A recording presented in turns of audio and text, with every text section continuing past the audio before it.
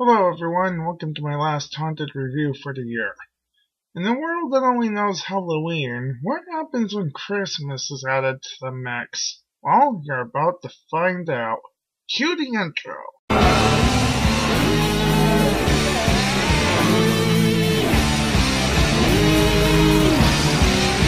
You hear the screeching of an owl, you hear the wind begin to howl. You know there's zombies on the prowl, and it's terror time again. They've got you running through the night. It's terror time again, and you just might die of fright. It's a terrifying time. You hear the beating of your heart, you know the screaming's gonna start. Here comes the really scary part, 'cause it's terror time again. They've got you running through the night. It's terror time again. Oh, you just might die of fright. It's a terrifying time. All the trees begin to moan, and the monsters grunt and groan, rotting faces full of slime. Don't you know it's terror time? And it's terror time again. They've got you running through the night. Yes, it's terror time again. Oh, you just might die of fright. It's a terrifying time.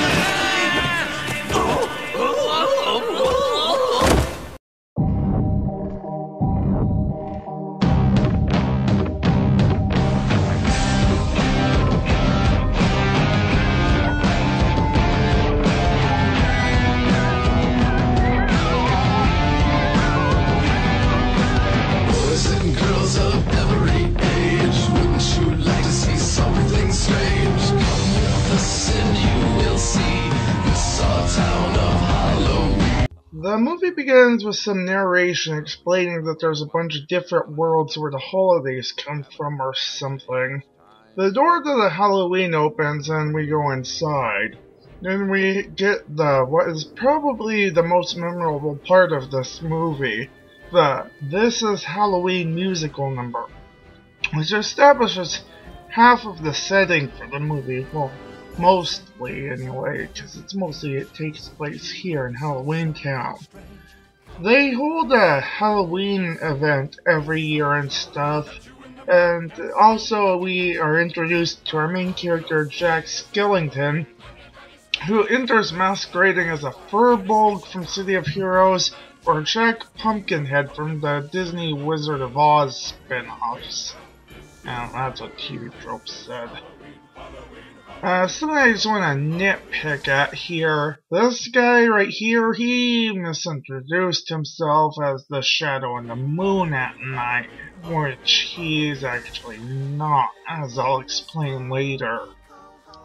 Jack praises everyone's work, but the Mirror of Halloween Town thinks that Jack deserves the praise, but Jack is a humble skeleton thing, I guess.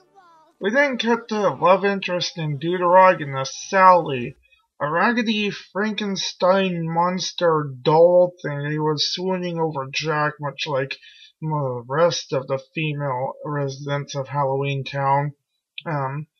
Only for Dr. Finkelstein, her creator, to grab her arm, claiming that she's not ready for this kind of excitement, probably because of what a shoddy job he's done of creating her, and he reveals that she poisoned his beverage to get away with him.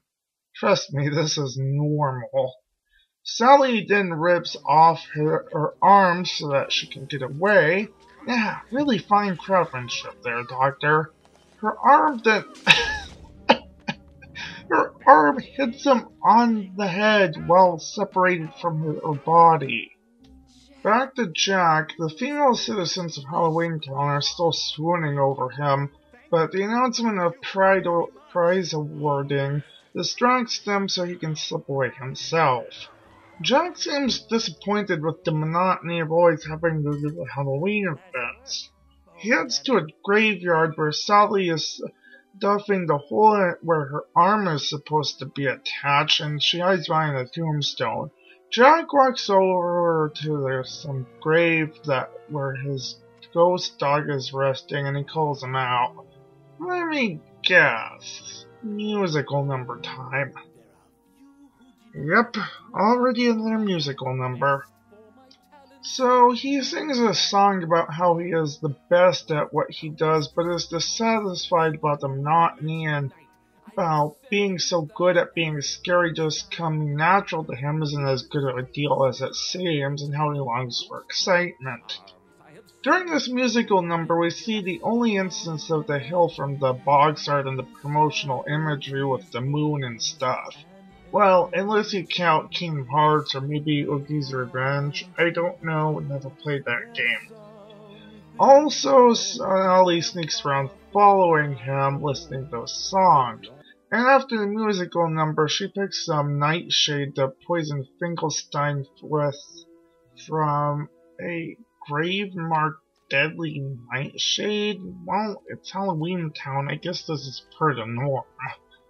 Sally then returns to the lab because he has her arm, and Finkelstein exposits how she keeps slipping him nightshade and is angry because he treats her like an object simply because he made her. I don't think God complexes usually work this way. Zero barks at Jack to play fetch with him, so Jack pulls out one of his bones and tosses it. Yeah, no, that's not funny or clever. Jack's a skeleton. Get it? The mayor goes to Jack's house because he needs Jack to go over the plans for the next Halloween, but Jack was still in the forest, or woods, whichever. Jack discovers that he's somewhere he's never been before, which perks him up a bit, but Zero is a bit cautious of the place. Jack discovers the doors from the opening narration, though I don't think it's actually ever seen when he goes through the Halloween one. If it was seen, then it wasn't made very clear. I like how the St. Patrick Day one has mushrooms, which are something connected to Celtic legends. Jack is fascinated by the Christmas door and opens it, goes inside, and falls through a vortex.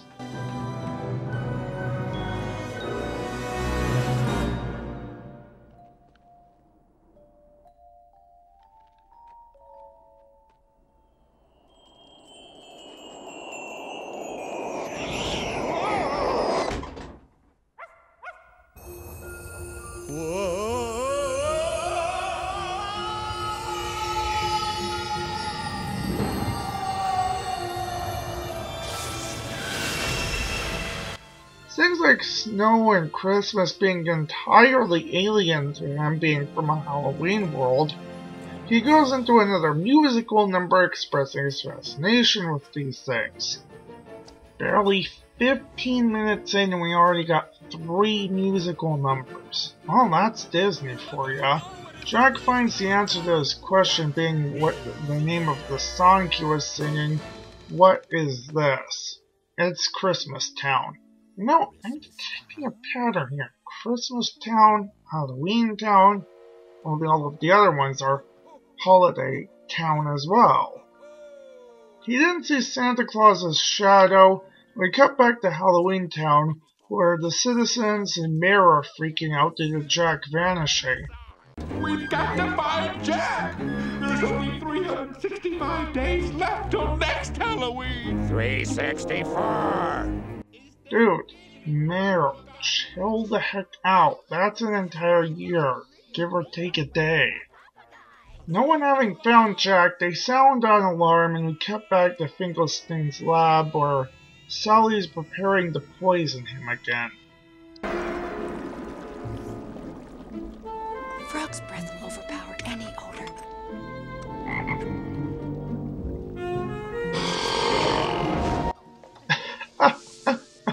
The frog just... oh god, that's hilarious. Sally brings up the soup, but Finkelstein is suspicious of the frog's breath and tries to get Sally to eat it. So she drops the spoon and takes out a spoon with holes in it from a spot most people would hide knives. Finkelstein buys the yak and just inhales the soup. Meanwhile, the townspeople are still moping, but Zero barks and then comes in, followed by Jack and the motorized sled, which is playing a large bag. Jack then tells the mayor to hold a town meeting, and as the mayor announces the meeting, Sally sneaks out while Finkelstein is asleep and goes to the meeting.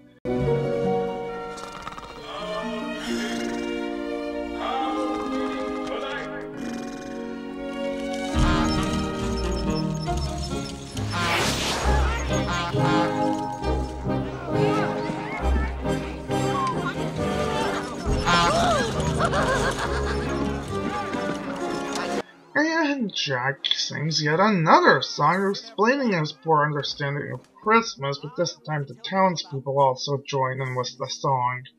Later, Jack is in his house doing research on Christmas, his decor making it clear that he's become obsessed with it. Jack still can't figure out how to properly explain Christmas, so he opens a book called The Scientific Method. Is that supposed to be funny or clever or something? And even in the context, that sounds like it was supposed to be a joke. Back at Finkelstein's lab, Finkelstein locks Sally away, being fed up with her poisoning him. Jack comes in need of some equipment due to some experiments which he brings back home. Gee, I guess he really is going with the scientific method. Unfortunately, Jack is no scientist and has no idea how to actually experiment with the stuff.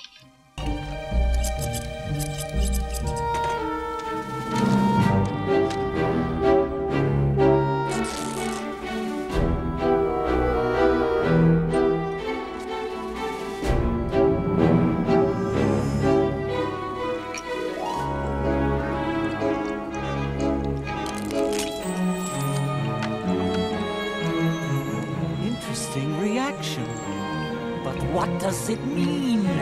Sally meanwhile escapes again by jumping the window. This goes as well as might one expect, and she falls apart. Of course, this was actually all according to plan, as she picks a needle from her hair and sews herself back together. Wow, she is really resourceful, isn't she? Finkelstein was going to let Sally out of the tower room, only to find that she's gone. He, of course, gets angry, as one might expect. Sally? Oh, gone again! Jack tries solving a complex math equation when Sally gives him a meal she prepared and kind of vanishes, which is kind of weird because there's 2 bottles there. She's actually hiding to some wilted forget-me-nots. Well, that's what they're supposed to be. They don't actually look like forget-me-nots as far as I know.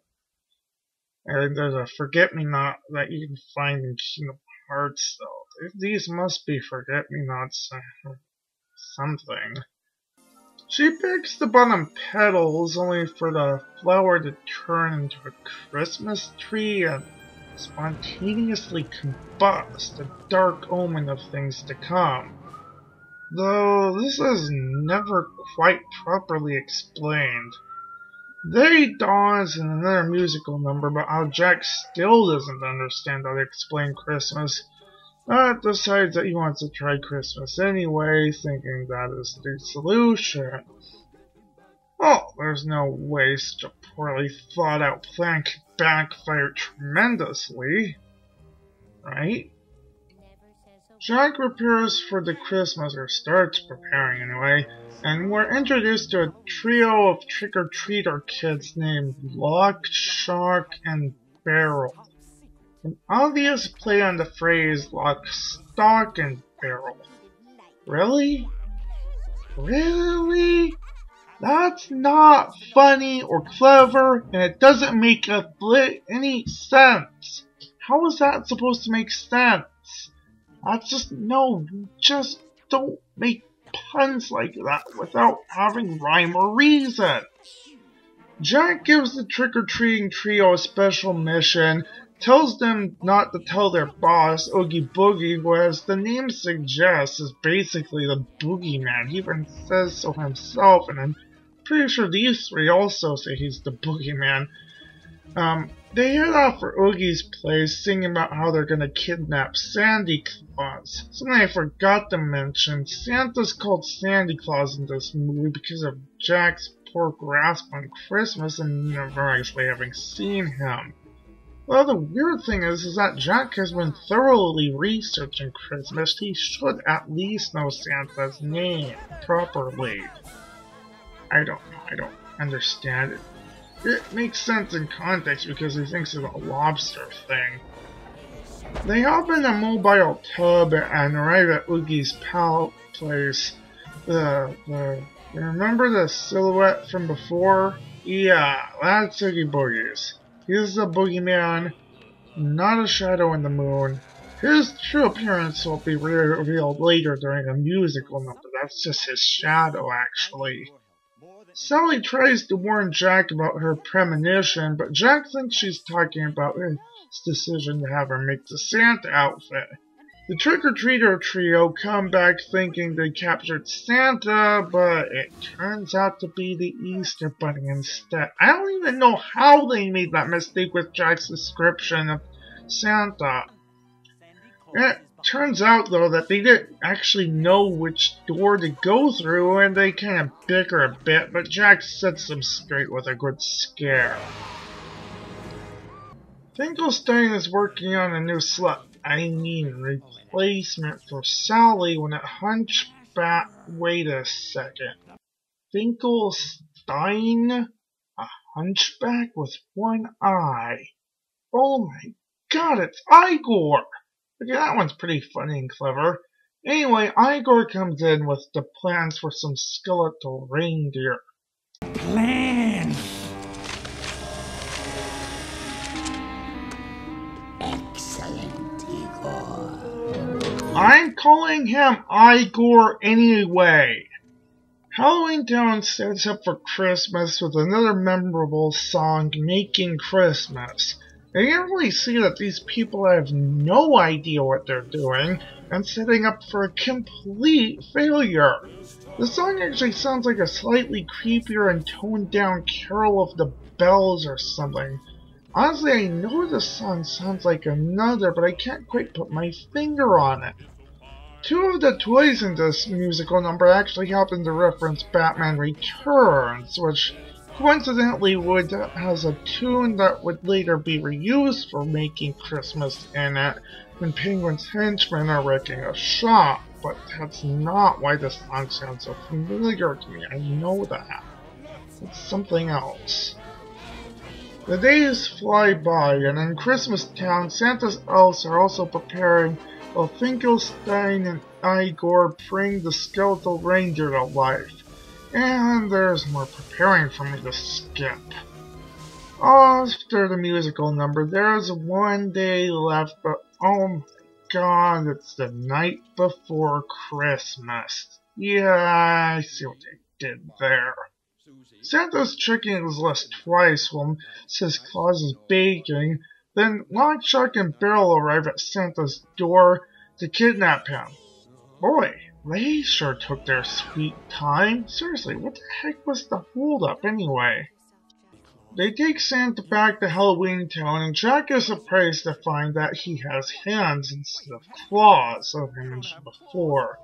Lynn explains that he is taking over Christmas, and Santa gets a bit freaked out, but only slightly. In fact, he seems more concerned about not being able to handle Christmas himself. Sandy, a reward. It's your turn to take it easy. But there must be some mistake. See that he's come. The kids decide to take Santa to Oogie because they crossed their fingers before when they said not to tell him. And we get back to Finkelstein's lab where Sally pulls out some bog juice. Man, alchemy sure is weird. No offense or anything. Finkelstein then puts half of his brain into Sally's replacement as the kids shove Santa down a pipe, offering up to Oogie Boogie, who gets his own musical number. An interesting thing to note, Oogie Boogie himself is actually a reference to Cap Cow's appearances in the Betty Boop cartoons, namely a line from the Old Man of the Mountain and the Walrus from Minnie the Moocher. However, the line from the Old Man of the Mountain came out like this. Drowning in my tears. It's funny. I'm laughing. You really are too much. And now, with your permission, I'm going to do my stuff. What are you going to do? I'm going to do the best I can. Yeah, make of that what you will. Back in Halloween Town's town square, the band is playing a spooky version of Here Comes Santa Claus while Sally pours the fog juice in the fountain we keep seeing in the town square. And as the song ends, Jack pops out of the coffin on top of the sleigh he's going to use. Yeah, it's funny because here comes Santa Claus. That's actually pretty clever. The mayor gives a speech, but the fog starts to spread. However, Zero happens to have a light-up nose, and Jack, being well-versed in Christmas stories who has an obsession with Christmas, has Zero lead the skeletal reindeer while making a Little Red Riding Hood reference in the process. No, Zero. Down, boy. My, what a brilliant nose you have. The better to light my way. Jack flies off and Sally is still worried, hoping her premonition is wrong and sings about her unease to tune of her leitmotif that the band had actually played previously the first time it appeared. There were actually several other more subtle allusions to Jack completely messing things up. Aside from that, some of which I didn't even get to notice before checking the TV tropes page to make sure I got all the references, because I'm a guy who likes references. I was missing the Red Riding Hood one, though. I rectified that problem, though. I'm not going to go over all of the foreshadowing, because I already this far in the review, though. During the musical number, a black cat actually crosses her path and she pets it. I'm guessing that's not actually a bad thing in Halloween Town, considering the whole town is full of nightmare fetishes. No, not that kind of fetish. Though, as a result, Sally stalking Jack throughout the movie probably is not only normal, but is a good sign of romance or something. I don't know. Jack starts delivering presents. The little boy goes to see him because he thought it was Santa Claus and is quite intimidated by his presents. The boy opens the present only for it to be... Bring you honey? Ugh. The police had been getting complaints about the toys, and Jack delivers some more dangerous gifts, including a haunted wreath, a snake we saw earlier during Making Christmas, and a cursed doll. People then start to barricade their fireplaces and lock their doors and windows. The news reports that the military is going to take Jack down, and Sally goes looking for Santa. The military opens fire. Jack thinks they're celebrating. Oh, come on. Sally distracts Oogie with her leg as her hands go to rescue Santa, along with the rest of her body, apparently. However, her plan falls through when Oogie discovers that the leg is not attached to her, and he uses his inhaling power previously seen when he ate a bug the trick-or-treat trio offered him. What the hell did he do to you, Kirby? Meanwhile, Jack is once again attacked by the military, and this time they knock the skull off one of the reindeer. Ooh. They're trying to hit us. No. Really? They land a direct hit on the sleigh and Jack goes down, the people of Halloween Town thinking that he's been destroyed. However, Jack is in fact intact. placing that fast. An angel statue broke his fall. Man, I really need to find a more original joke for that kind of thing. Jack sings about how he messed up but he has tried his best as a respite of Jack's lament. Realizing his true calling of the Pumpkin King again, and he sets out for Halloween Town and Oogie's place, probably well aware that Lock, Shock, and Barrel would betray him, making one wonder why he left Santa with them in the first place. Oogie drops Santa and Sally into a vat of boiling lava, but something goes wrong and Jack appeared out of nowhere. Again, this really was never explained properly. Hello, Oogie. He really is the best he is at what he does if he can even scare the boogeyman. Jack! But they said you were dead. You must be double dead! He's a skeleton. He was kind of already undead sort of deal. I don't know, that's just how living beings normally are living in Halloween Town. I mean, there's vampires and stuff, so who knows. Oogie sets up a series of death traps, but Jack survives all of them, and Oogie tries to make a break for it. One does have to wonder why he didn't just inhale Jack, but that would just be the end of things. Jack delivers an awesome line with poor execution, though, and pulls a loose thread on the set, keeping Oogie together. How dare you treat my friends so shamefully! Santa squishes one of the bugs, but it's not the queen bug leading the hive mind, as we find out in Oogie's revenge, because Santa killing Oogie would have some seriously nasty implications. Jack apologizes to Santa, and Santa offers Jack some advice. Forgive me, Mr. Claus. I'm afraid I've made a terrible mess of your holiday. Bumpy sleigh ride, Jack? The next time you get the urge to take over someone else's holiday, I'd listen to her. She's the only one who makes any sense around this insane asylum. And so Santa plugs his nose and flies off, and then this scene happens. He knows what to do. How did you get down here, Sally? Oh, I was trying to... Well, I wanted to... To help me. I couldn't let you just... Sally, I can't believe I never realized that you...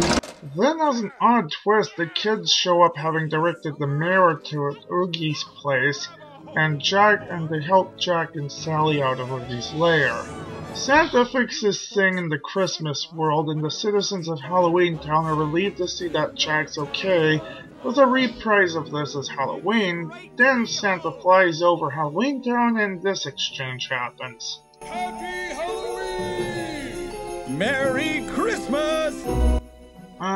Santa, aren't you 11 months off? Oh well. The people of Halloween Town are then gifted with snow, and a mix of what is this and this is Halloween happens, and Sally picks up another forget-me-not. Oh, I guess we do see this hill with the moon again, but this time it's covered in snow. And all kinds of comparing and contrasting in this movie sort of deal. Jack comes up to Sally, serenading her with the leitmotif, a reprise of the song she sang before.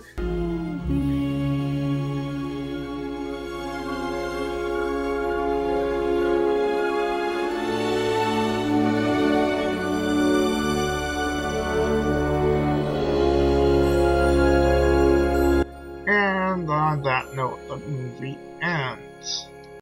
So, honestly, I don't even really know what I think of this movie, so let's just go over some pros and cons. The humor. It was really hit and miss, but it was usually hit, and I've got nothing more to say about that than I already have. The foreshadowing. As I mentioned before, there was a lot of subtle foreshadowing of Jack's obsession leading him to mess up. The moral. The general story of the movie was basically about how you shouldn't try to be something you're not. This was actually repeated in Wreck-It Ralph. I bet you didn't even see that connection. Well, neither did I, but that's what TV tropes is for. The villains. Finkelstein, the secondary villain, was kind of... he wasn't a very good antagonist. He wasn't really a villain, per se. Oogie, on the other hand, I like to say that Slenderman is an over-glorified boogeyman, but Oogie is a lot scarier than Slenderman is. Actually, Jack would make for a better Slenderman than Slenderman, and he's already got part of the looks down. All he's missing is the tentacles. The animation. It might actually surprise you to know that this whole movie is a stop-motion animation with some computer editing using puppets. In spite of this, some of the parts of the movie not even look like something you could pull off with stop-motion, even with the digital editing. It does kind of explain the choppiness of the animation most of the time, though. Amusingly, Jack's figurine was also used in James and the Giant Peach movie. Sally's romantic interest in Jack. Honestly, this seemed like it was way too one-sided for most of the movie.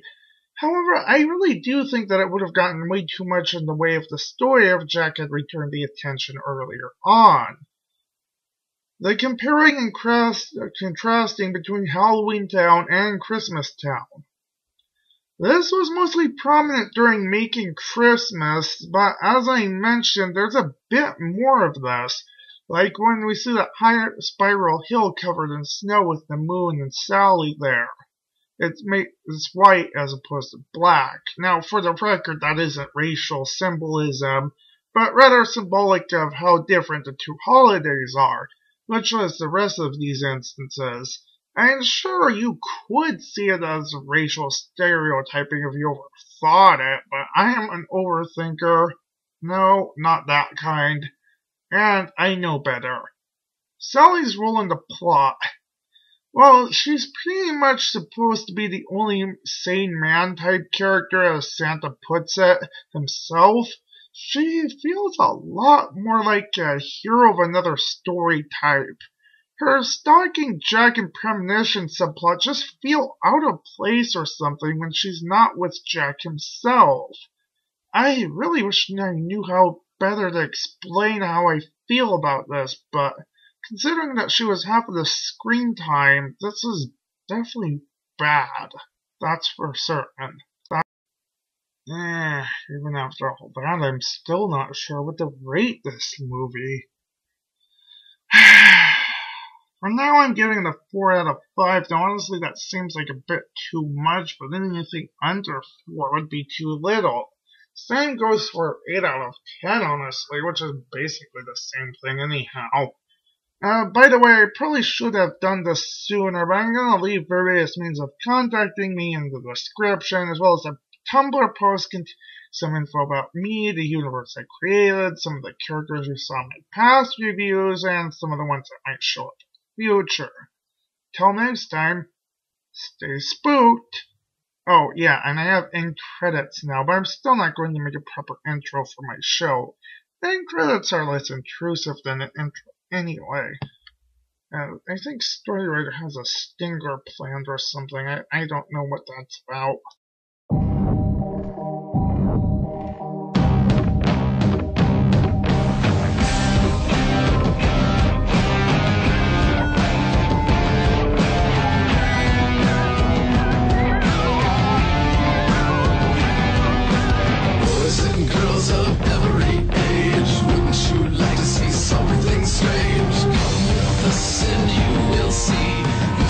Town of Halloween. This is Halloween.